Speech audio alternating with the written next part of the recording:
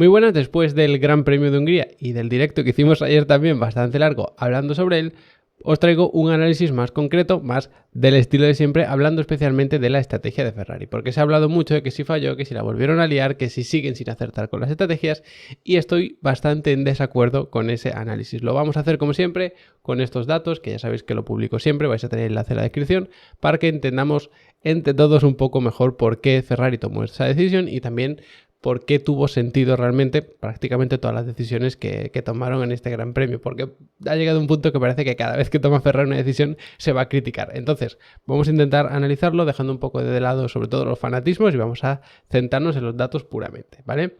Entonces, no quiero centrarme en otro tipo de cosas, quiero enfocarme precisamente en el caso de Ferrari. Entonces, aquí tenemos las estrategias que siguieron todos los equipos y como veis, aquí tenemos a Leclerc, que salió con medio, puso duro y luego volvió a poner el duro, aunque no veáis bien el corte entre los dos stints de duro, pero bueno, aquí volvió a parar a poner el duro. Y luego tenemos aquí el caso de Carlos, que hizo una estrategia parecida, solo que empezando con blando, luego duro y luego otra vez duro. Entonces, empieza un poco el baile de estrategias. ¿Por qué puso Ferrari el neumático blando y por qué fue un acierto absoluto? Y yo creo que esto sí que es complicado negarlo. Pues porque si nos fijamos en la evolución de posiciones, que la tenemos aquí arriba como siempre, Carlos salía 11º y en la primera vuelta se puso sexto. Ganó 5 posiciones en salida. Es verdad que hubo un accidente, un poco de lío, pero él también supo buscarse su hueco por el interior. Ya más o menos se había quitado de medio esos pilotos que entraron en el caos. Entonces, la estrategia de Sainz como tal, yo creo que es imposible decir que fue mala con el neumático blando. ¿Por qué tiene incluso más sentido? Porque aquí siempre digo que hay que analizar la decisión que se toma en el momento en el que se toma la decisión, no luego a posteriori cuando ya vemos qué ha pasado al final. Es decir, si tú tomas una decisión porque hay un 80% de probabilidad de que salga bien y luego sale mal, la decisión estaba bien tomada. Aunque al final saliese mal, porque puedes tener mala suerte, la probabilidad puede jugar a lo mejor al final en tu contra, pero si tú has tomado la decisión con el 80% de probabilidad de que saliera bien, la decisión estaba bien tomada. Así simplificando un poco mucho todo el mundo de la toma de decisiones. Entonces, esa decisión de salir con neumático blando estaba bien tomada no solo por el resultado final, que evidentemente fue satisfactorio, sino porque ya en clasificación y también en entrenamientos libres los de Ferrari se dieron cuenta que ese neumático medio no funcionaba. De hecho, si nos venimos aquí y analizamos los tiempos tanto de Carlos, que es la línea roja, como los de Leclerc, que es la línea turquesa, pues sí, es verdad que Leclerc va un poquito más rápido con el neumático medio, pero claro, porque Carlos estaba justo atascado detrás de él. Entonces, ¿qué haces cuando estás atascado detrás de un piloto y no puedes adelantarlo? En este caso, por orden de equipo, que también vamos a hablar de eso, pues tienes que hacer unos tiempos o igual o peores, porque si lo hicieras mejores, lo adelantarías. Y de hecho, eso lo podemos ver aún mejor si analizamos aquí justamente la diferencia de tiempos, o la diferencia de distancia, mejor dicho, entre Carlos y Leclerc.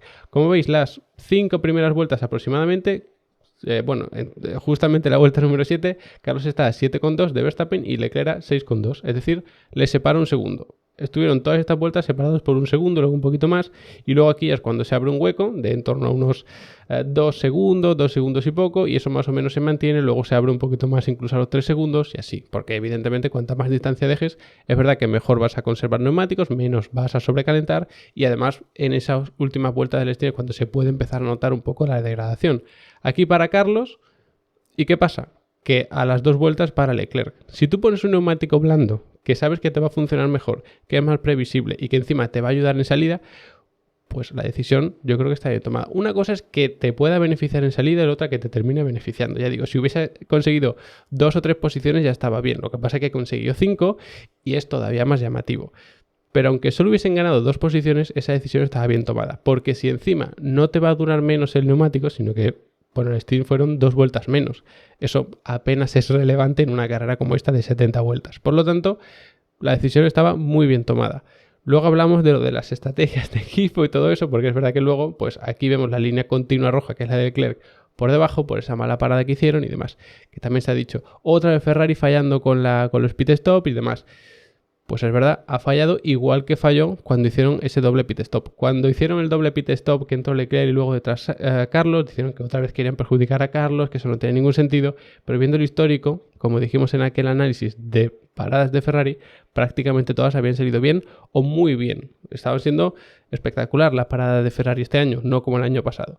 Problema, que falló una pistola, entonces Sainz se comió el problema de Leclerc porque él estaba ya pegado detrás y luego el mismo problema en sí mismo. Eso es muy complicado preverlo. ¿Que no te debería pasar siendo un equipo como Ferrari? Pues es verdad, pero a prácticamente todo el mundo le puede pasar ese tipo de cosas.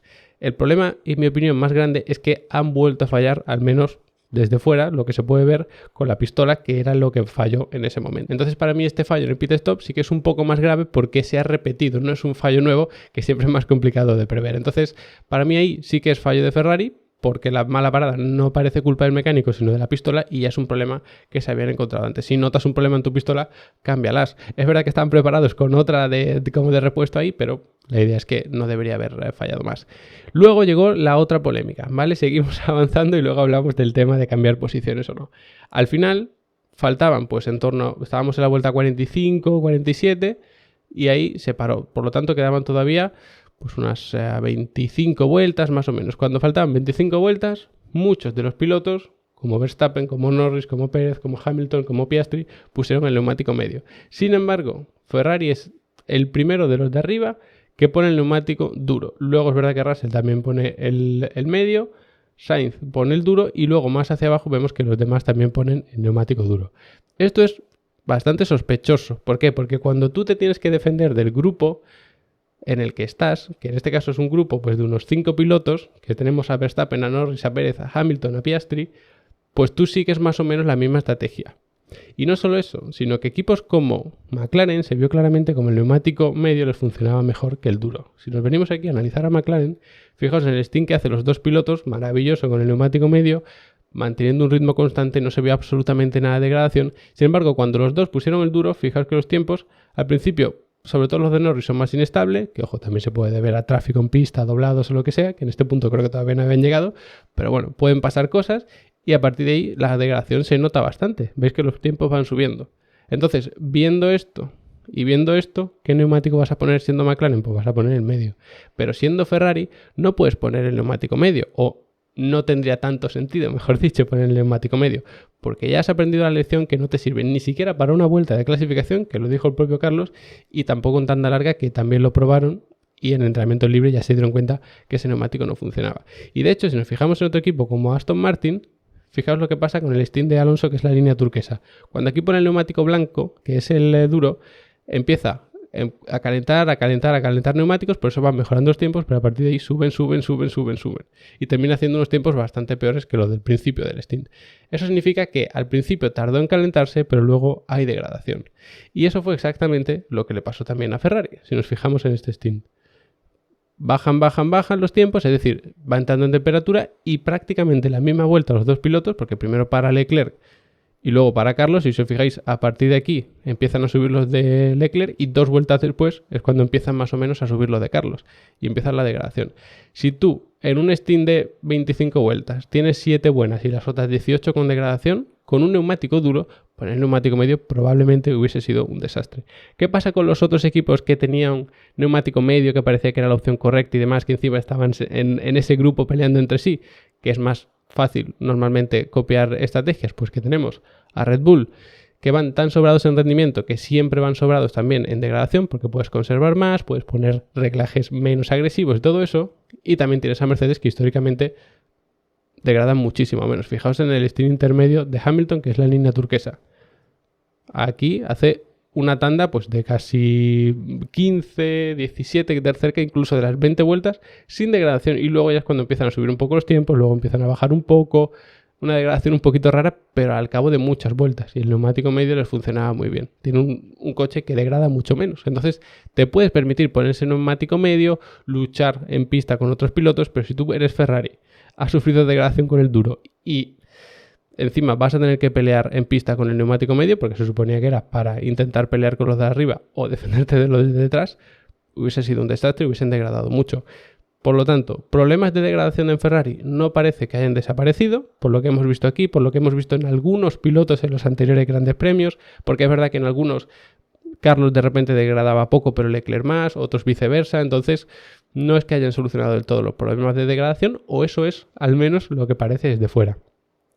Otro tema importante, que a lo mejor es más polémico y demás, es lo de perjudicar a Carlos, que si benefician a Leclerc y demás. Aquí lo que hemos visto en este Gran Premio, bueno, vamos a seguir viendo los datos, es que en el primer stint Carlos era bastante más rápido, se vio claramente que Leclerc. Y siendo tan rápido y encima con un neumático blando, que eso hace que sea más fácil ser más rápido, lógicamente, porque encima es un neumático blando que degrada más, pero es más rápido y a Ferrari parece que le funcionaba mejor, curiosamente. No dejaron pasarle, es decir, no le dieron la orden a Leclerc de dejarse pasar, aunque estuviera pegado, porque claro, si vas a 3 segundos, dar la orden de déjate pasar no tiene sentido, pero si vas pegado sí que podía tener sentido. ¿Cuándo tiene más sentido? Cuando tienes la posibilidad de pelear con alguien de delante. En este caso, si analizamos el resto de pilotos, ¿con quién podían haber peleado? Pues en este caso podían haber peleado a lo mejor con Hamilton, quizá podían haber peleado con Norris, con Piastri, luego que es verdad que se vio como Norris tenía bastante más ritmo, entonces, ¿podrían haber apurado eso? Pues quizás sí. Entonces pensaron, vale, otra vez están perjudicando a Carlos, ya solo favorecen a Leclerc y demás. Pero ¿qué pasó luego? Porque esto lo hicieron durante aproximadamente 10 vueltas, luego ya se distanciaron un poco y ya no tenía tanto sentido dejarse pasar. Podríamos decir 10 o incluso os compro 15 vueltas en las que Carlos estaba atascado detrás de Leclerc siendo más rápido. Entonces mucha gente dice, bueno, ¿para qué le pones el neumático blando si no vas a luego dar la orden de que pueda pasar y seguir atacando a los de delante? Pues porque si das esa orden, punto número 1, y Carlos ataca demasiado, puedes reventar tus neumáticos y arruinar la estrategia, porque con 2 paradas, poniendo 2 veces el duro, ya fue justita, o sea que habría que ver si hubiese durado menos qué hubiese pasado con la estrategia de Carlos, y además ese neumático blando no lo pusiste para luego dejarte adelantar por Leclerc y demás. Bueno, dejar que Carlos adelantase a Leclerc, mejor dicho, lo haces para lo que hemos visto antes, para pasar del 11º a lo máximo posible. ¿Que lo máximo posible fue el 6º? Pues mucho mejor, pero el objetivo no era pasar al 6º, que era un objetivo, bueno, que sí, que está muy bien evidentemente, pero objetivo realista a lo mejor es ganar 3 posiciones, 4 posiciones en la primera vuelta, jugando incluso con la salida, pero ganar tantas no es algo previsible. Entonces el objetivo no era llegar a Leclerc y pasarlo, el objetivo era ganar las máximas posiciones posibles, sabiendo que llegar a Leclerc era muy muy complicado. Entonces, ¿lo perjudicaron? Pues es verdad que sí, porque ya no tenía aire limpio, no pudo tirar más con el blando, pero ojo, porque tirar más con el blando era preocupante. Y si luego nos fijamos en los tiempos de Leclerc, que lo tenemos aquí en el stint intermedio, los tiempos son calcados. Leclerc un poquito más lento. ¿Por qué? Porque estaba atascado detrás de Carlos. Y no estuvo atascado detrás de Carlos durante 10-15 vueltas. Estuvo desde la 19 hasta la 41. Son unas 20 vueltas, vamos a poner redondeando, en las que Leclerc estuvo atascado detrás de Carlos. Y atascado porque estaba pegado absolutamente. Si os fijáis aquí en este gráfico, vamos a quitar el resto para que lo veáis mejor. Vamos a quitar, por ejemplo, a Russell. Estas 2 líneas, bueno, vamos a quitarlas ya todas, porque así se ve todavía más claro. Fijaos en las 2 líneas. Aquí estaban, pues Leclerc a 25,2 y Sainz a 22,0, es decir, le separaba 3 segundos y medio, y en cuestión de 2-3 vueltas, Leclerc se pone a menos de 1 segundo. Pues desde ese momento hasta el final, Leclerc estaba claramente atrapado detrás de Carlos. Y ojo, al final estaba, aquí al final, a algo menos de 2 segundos, cuando al final del otro stint ya no era para tanto. Carlos estaba pues a 3 segundos y medio más o menos, es decir, un poquito de distancia más. Por lo tanto, no se puede criticar a Ferrari y decir que está perjudicando aquí a Carlos durante 10-15 vueltas y no destacar que han perjudicado a Leclerc durante 20 vueltas. ¿Significa eso que estén beneficiando a uno o beneficiando a otro? Pues no. ¿Dónde está a lo mejor la polémica? En que luego hicieron ese undercut como para compensar la mala parada de Leclerc y entonces, bueno, luego se puso por delante y demás. ¿Por qué puede tener esto sentido más que por compensar puramente? Pues porque si cuando los dos llevan el mismo neumático, Leclerc es claramente más rápido, tiene sentido que por estrategia en pit stop dejes que se ponga delante.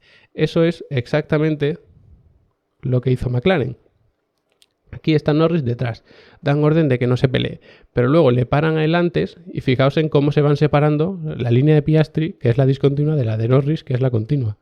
Norris era bastante más rápido y esto, que luego se manifestó otra vez aquí al final, es lo que pasaba en Ferrari. Aquí Leclerc era más rápido. ¿Significa eso que Leclerc es mucho mejor que Carlos y tal? Ni mucho menos. Lo que hay unos circuitos en los que se le da bien a un piloto y otros circuitos que se les da bien al otro.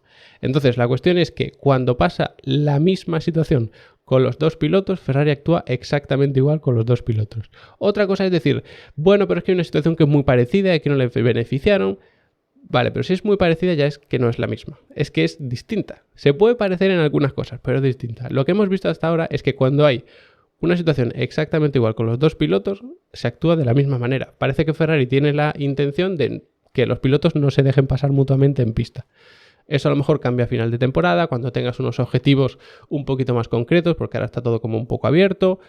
Puede cambiar en un futuro. Pero ahora mismo lo que hemos visto, incluso en la misma carrera, es que a ninguno de los dos pilotos se le da la orden de dejarse pasar. Podemos estar más de acuerdo o menos, porque esto ya no es tema deportivo, sino que es más tema de político, tema de la imagen del equipo, tema de gestión de pilotos de forma interna, entonces es más complejo de lo que se pueda ver desde fuera. Entonces, yo creo, en mi opinión, que lo que hemos visto desde fuera es que cuando la situación es exactamente la misma para los dos pilotos, Ferrari actúa exactamente igual.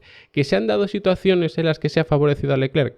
Pues es verdad, pero no hemos visto exactamente la misma situación con Carlos y no se le ha favorecido. Entonces, creo que es mejor dejar un poco de lado cierta conspiración, por decirlo de alguna manera, y centrarnos un poco en los datos, que era el objetivo aquí. Era más rápido Leclerc, empezó el primer stint con el neumático medio que no funcionaba en Ferrari, Carlos empezó con el blando, fue una auténtica pasada la salida de Carlos, la clasificación fue peor y luego en ritmo, cuando los dos llevaban el neumático bueno, para ellos que era el duro, Leclerc era superior. Y eso es lo que nos dicen los datos y se acabó. Que luego queremos entrar en conspiraciones un poquito más rebuscadas, pues bueno, eso ya cuestión de cada uno, pero por lo menos espero que mi análisis haya servido para aclarar un poco el asunto, tanto del ritmo de cada uno, los puntos fuertes, los puntos débiles, al menos en este circuito concreto, porque ya digo, es algo que está cambiando de circuito a circuito.